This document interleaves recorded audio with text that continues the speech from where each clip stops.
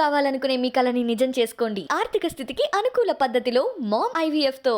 After being so busy and engrossed in a career that has left you pauseless for few decades, how could you handle that life that has nothing to do with the cinema for a longer space? Oh, I think I absolutely enjoyed that phase of my life as well, because I never take my stardom very seriously. For me, this is all a big bonus in my life. What matters to me is all the small little blessings I see every day in my life. The time I can spend with my family, my friends, without carrying the baggage of an actor. I can just sit and say what I want and not being judged by, or anything of that sort. I just like that personal space. So as I said, even my acting career, I've always looked at it as a 9-to-5 job. It's a job. Okay. It's not about whether you're a star or this is what is required of you, this is how you behave or anything. For me, it's not all about that. When I'm on the set, that's my job. You're an actor. I'm an actor, and that's what I have to do my best. After once you're off the sets or off the screen. Yeah, then I'm not Nadhiya, then I'm Zarina, which is my original name. And so even when I go back, people half the time get confused, because some people don't know how to address me, whether they call you Nadhiya or they call you Zarina. Because my friends who are not from cinema, they all know me only as Zarina, and then people in cinema know me only as Nadhiya. So but I'm leading this dual life. You're double role. In life. In life. Normally, it is for me, it is a very exciting moment now, because I have interviewed you almost 35 years ago. I remember. In AVM Studios. I came to, you were shooting some Tamil film. Right. AVM 8th floor. Right. I came there and I interviewed you, and I went and I wrote it. That's our Telugu magazine at the time. It was on the top. It was Jyoti Chitra. The next week I brought it and gave it to you. But you do not know how to read Telugu. Then I would have made you read it. I would have asked you to read it. I read it and I explained it in English.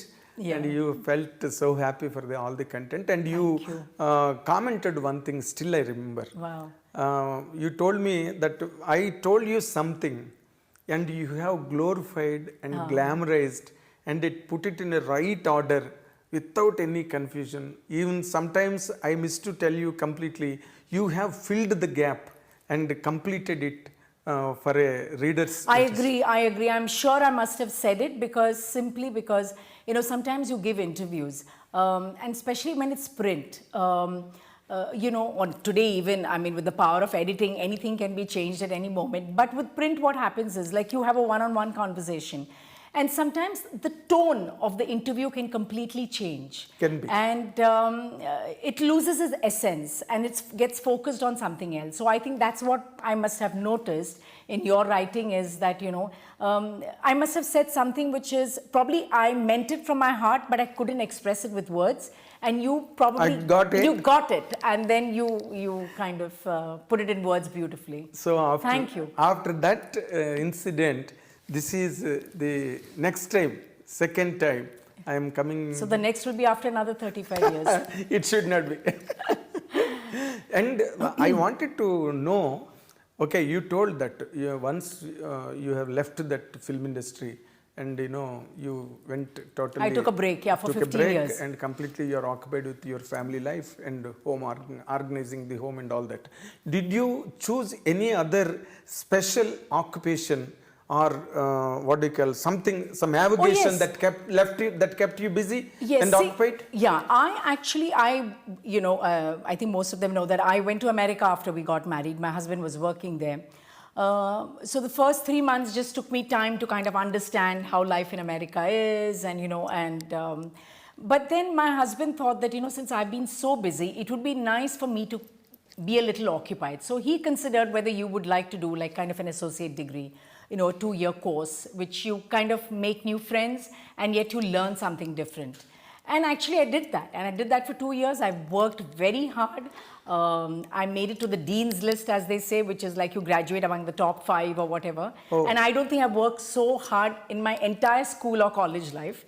So that was like a moment of pride, because there were not many brown kids in school then, in college. I was among the very few, so I felt very proud that, I could do so well.